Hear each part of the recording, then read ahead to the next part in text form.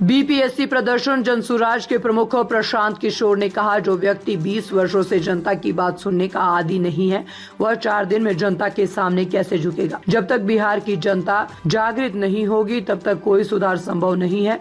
लोगों को ये समझना होगा कि जनता की ताकत से बड़ी कोई ताकत नहीं होती, और ये तभी होगा जब लोग जागेंगे और अपने बच्चों को बेहतर भविष्य के लिए सामने आएंगे। उन्होंने आगे कहा, लोगों को धर्म, जाति और मुफ्त सुविधाओं से आगे बढ़कर सोचना होगा और अपने बच्चों के भविष्य के बारे में गंभीरता से विचार करना होगा।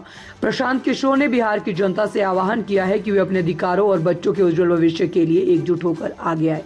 कैसे झुकेगी 4 दिन में, जिसको पिछले 20 वर्ष से आदत लगी हुई है जनता की बात न मानने की, वो 4 दिन में कैसे झुकेगा। सरकार की असंवेदनशीलता है, उनका अहंकार है, और कहीं ना कहीं उनका ये भ्रम है कि बिहार की जनता खड़ी नहीं होगी।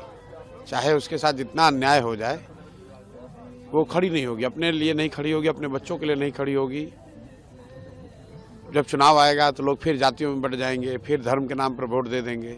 इसीलिए लोग जनता की चिंता नहीं कर रहे हैं। आगे क्या रणनीति है? स्वास्थ्य भी आपका? कोई रणनीति नहीं, बस बैठे रहना है, चाहे जो करना पड़े। जब तक बिहार के लोग जगेंगे नहीं तब तक सुधार होगा नहीं।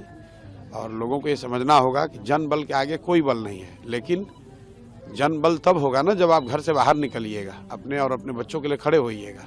वरना 5 साल बैठ के रोते रहिएगा, बच्चों का पेपर लीक होता रहेगा, बच्चों को नौकरी नहीं मिलेगी, पढ़ाई नहीं होगा, रोजगार नहीं होगा, भ्रष्टाचार होगा, और आप उन्हीं नेताओं को बार बार जाति के नाम पर, धर्म के नाम पर, 5 किलो अनाज के नाम पर वोट देते रहिएगा। इससे कभी बाहर नहीं निकल पाइएगा। तो अगर बिहार में बदलाव चाहिए तो आपको, हमको, सबको खड़ा होना पड़ेगा। इसलिए हम अपनी ओर से हम बैठे हुए हैं। आपको भी अपने स्तर पे खड़ा होना है, जो जहाँ है वहीं से उसको खड़ा होना है, आवाज़ उठाना जरूरी है। और एक तरफ अभ्यर्थी परेशान है, दूसरी तरफ मुख्यमंत्री या नेता प्रतिपक्ष सभी यात्रा पे लगे हैं जनता की सेवा में। नहीं, किस यात्रा पर? जब बिहार का पूरा युवा आंदोलित है, आज मुख्यमंत्री से मिलने के लिए 20 दिन से बच्चे टाइम मांग रहे हैं। उनके पास 5 मिनट समय नहीं है कि इन बच्चों से 5 मिनट के लिए मिल ले, तो फिर बेकार का कहीं यात्रा करने का क्या फ़ायदा। गोपालगंज में ही मिल लें। ये सरकारी खर्चे पर जनता के पैसे से प्रायोजित अफसरों के साथ बैठकर बढ़िया खाना नाश्ता करके और 4 लोगों से बात करके, मीडिया से बात करके क्या फ़ायदा है। क्या गोपालगंज में किसी गांव में गए? क्या गोपालगंज में किसी युवा, किसी महिला से मिले? वो तो पुलिस प्रशासन घेर के ले जाती है, 4 चाटुकार अपनी कुछ बात कहे, फिर वापस आ गए, हो गई यात्रा।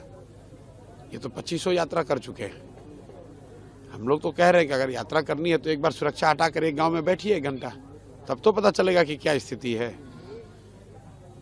जिन अफसरों के खिलाफ सबसे ज्यादा गुस्सा है, जो अधिकारी लूट रहे हैं, उन्हीं अफसरों के साथ बैठ के यात्रा पूरी कर रहे हैं। जनता से कहाँ भेंट है।